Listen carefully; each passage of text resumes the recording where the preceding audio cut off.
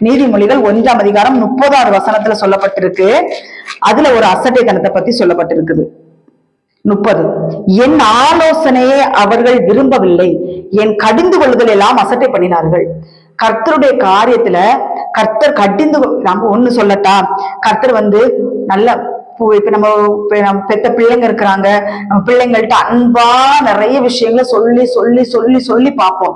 அந்த பிள்ளைங்க கீழ்ப்படியாத பட்சத்துல நம்ம என்ன செய்வோம்னா அடிப்போம், கடிந்து கொள்வோம். கடிந்து கொள்ளும் போது அந்த பிள்ளைகள் என்ன செய்யறாங்க அப்படின்னா அசட்டை செய்யும் பொழுது அந்த குழந்தைகளுக்கு வருகிற தீமைகள் எல்லாவற்றையும் அந்த பிள்ளைகள் தான் அனுபவிக்கக்கூடிய சூழ்நிலைகள் வரும். அந்த பிள்ளைகளுக்கு நம்ம எந்த ஒரு காரியமும் நல்ல செய்ய விரும்ப மாட்டோம். ஏன் அப்படின்னா அந்த பிள்ளைதான் பெற்றோர்களை அசட்டை பண்ணுது, பெற்றோர்களை மதிக்கல, பெரியோர்களை மதிக்கல அப்படிங்கிற ஒரு சூழ்நிலை வரும் பொழுது அந்த பிள்ளைகளுக்கு நாம ஏதாவது நல்லது செய்யணும்னு நினைப்போமா? நினைக்க மாட்டோம். ஏனென்றால் அந்த பிள்ளைகளுக்கு வரக்கூடிய நன்மையை அந்த